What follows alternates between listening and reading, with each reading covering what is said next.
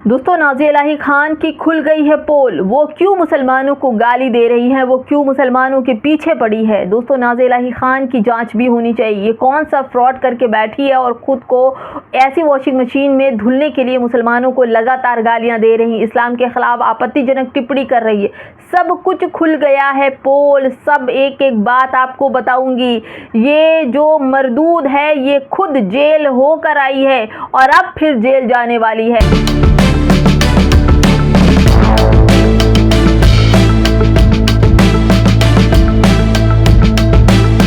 नमस्कार, आप देख रहे हैं बामसिफ न्यूज़ और मैं हूं आपके साथ शैला। दोस्तों, नाज़िया इलाही खान पैगंबर मोहम्मद के ऊपर जिस तरह से उसने टिप्पणी की, उसके बाद से देश का तमाम मुसलमान नाराज़ हो गया है। हर तरफ से इस व्यक्ति की जो बातें हैं उसको लेकर हर तरफ से एफआईआर की जा रही है। जंतर मंतर पर प्रदर्शन होने वाले थे, लेकिन सरकार की अनुमति ना मिलने से प्रदर्शन नहीं हुए। लेकिन सोशल मीडिया पर लगातार हैशटैग अरेस्ट करके नाज़िया इलाही खान को अरेस्ट करने की बात की जा रही है। हर थाने में एफआईआर दर्ज कराई जा रही है, लेकिन पुलिस की कमज़ोरी कहिए या फिर हमारे सिस्टम की नाकामी कहिए कि कोई ज़रा सा भी कुछ बोल दे मुसलमान तो वो तुरंत अरेस्ट हो जाता है। लेकिन नाज़िया इलाही खान पैगंबर मोहम्मद सल्लल्लाहु अलैहि वसल्लम के ऊपर अभद्र टिप्पणी करने के बाद भी वो फ्री हैं। दोस्तों, आपको याद होगा सलीम वास्तविक 25 साल से फरार था। हैरानी की बात यह है कि वो टेलीविज़न पर बैठकर इंटरव्यू देता था, यूट्यूब चैनलों पर बैठकर इंटरव्यू देता था। उसका खुद का यूट्यूब चैनल था, यहाँ तक कि गाजियाबाद में अपने घर के बाहर बाकायदा नेम प्लेट पर अपना नाम खुदवा रखा है और साथ में मीडिया हाउस खोल रखा है। दोस्तों, ऐसा व्यक्ति फरार कैसे हो सकता है जिसको 25 सालों तक फरार रहा और वो खुद लोगों की नज़र में भी था, मुसलमानों को गालियां भी दे रहा था, लेकिन पुलिस उसे पकड़ नहीं पा रही थी। ये तो तब पता चला जब उस पर चोट लगी और जब वो हॉस्पिटल गया, तब पुलिस ने जांच में पाया कि इसने 25 साल पहले एक मासूम बच्चे की हत्या की थी। और ये बात जब खुली तो मामला नाज़िया इलाही पर भी आ गया कि नाज़िया इलाही सलीम वास्तविक की चेली है और सलीम वास्तविक और नाज़िया इलाही साथ साथ देखे जा सकते हैं, जिसमें पुनीत वशिष्ठ ने नाज़िया इलाही की पोल खोली। उन्होंने बताया कि केस 2021 में धोखाधड़ी का मामला है। कोलकाता के गिरीश पार्क थाने में इसका एफआईआर लिखी गई थी, जो 116 नंबर है और दर्ज की गई थी। पूरा पुनीत वशिष्ठ ने एक एक बात, एक एक मामला, एक एक जो एफआईआर नंबर है वो भी सार्वजनिक कर दिया था। आरोप है कि नाज़िया इलाही खान फर्जी वकील बनकर संदीप अग्रवाल के एक व्यक्ति से 6 लाख रुपए की ठगी की थी और 2019 से ही खुद को सुप्रीम कोर्ट की वकील बताकर शिकायतकर्ता संदीप से 6 लाख रुपए लिए थे उनका तलाक जल्दी कराने के लिए। लेकिन ना तो उसने तलाक करवाए, इस केस को हैंडल भी नहीं कर पाई और ना ही उसके पैसे वापस की, इसलिए धोखाधड़ी का केस किया गया और 6 लाख रुपए भी संदीप के वापस नहीं किए।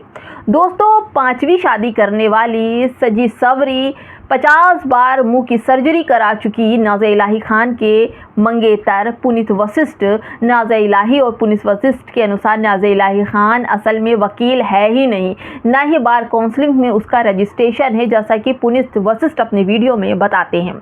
उन्होंने बताया कि उसके खिलाफ आईपीसी की धारा 419 द्वारा धोखाधड़ी, 420 और 506 आपराधिक धमकी, 120 बी आपराधिक षड्यंत्र और 34 सीआरएम बहुत सारी ऐसी धाराएं हैं जो नाज़िया इलाही के ऊपर लगी हुई हैं।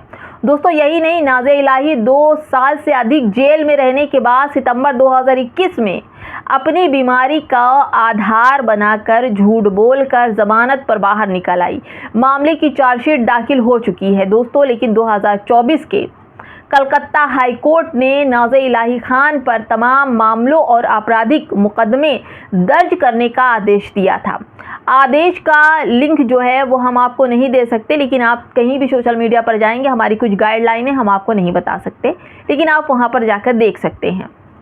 इसके अतिरिक्त उस पर जनवरी 2025 में कर्नाटक बेलगावी में भी एक एफआईआर हुई थी और कई जगहों पर हेट स्पीच मामले के खिलाफ मामला दर्ज हुआ था, लेकिन हमारी कमज़ोर जो पुलिस है वो नाज़िया इलाही खान को गिरफ्तार नहीं कर पाई, क्योंकि मुसलमानों के ख़िलाफ़ बोलती हैं, जिसकी भी जांच होनी चाहिए कि आखिर ये इतना मुसलमानों के ख़िलाफ़ क्यों बातें करती हैं।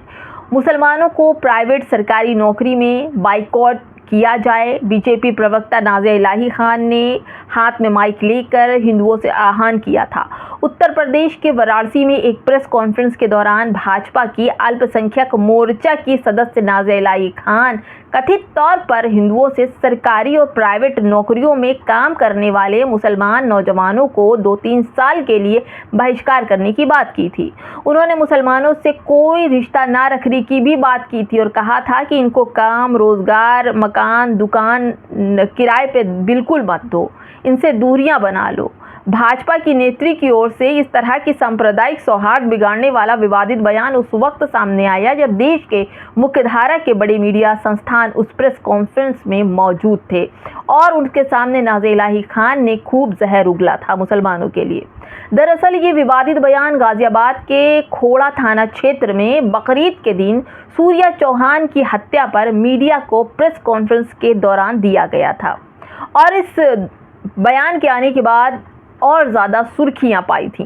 नाज़िया इलाही ने कहा था कि हमारा भारत देश जो है वो सिर्फ पाकिस्तान से नहीं लड़ रहा, हमारा भारत देश हमारे भारत के कुछ असामाजिक तत्व, आतंकवादी मानसिकता वाले लोगों और पाकिस्तानी मानसिकता वाले लोगों से भी लड़ रहा है। मुस्लिम समुदाय पर आरोप लगाया कि वो विभिन्न प्रकार के जिहादों जैसे थूक जिहाद, मूत जिहाद, गला रेतो जिहाद, लव जिहाद, लैंड जिहाद, कन्वर्सेशन जिहाद चला रहे हैं। इतना ही नहीं, मुस्लिम समुदाय से हिंदुओं के सुरक्षित नहीं होने का भी हवाला देते हुए उन्होंने 120 करोड़ हिंदुओं को सतर्क रहने की बात की।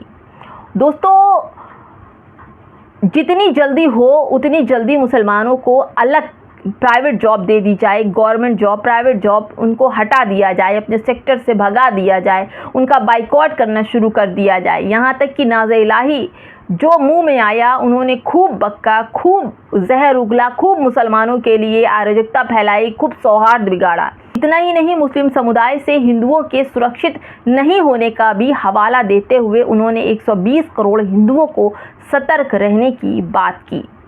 दोस्तों, जितनी जल्दी हो उतनी जल्दी मुसलमानों को अलग प्राइवेट जॉब दे दी जाए, गवर्नमेंट जॉब, प्राइवेट जॉब उनको हटा दिया जाए, अपने सेक्टर से भगा दिया जाए, उनका बाइकआउट करना शुरू कर दिया जाए। यहाँ तक कि नाज़िया इलाही जो मुंह में आया उन्होंने खूब बक्का, खूब जहर उगला, खूब मुसलमानों के लिए अराजकता फैलाई, खूब सौहार्द बिगाड़ा।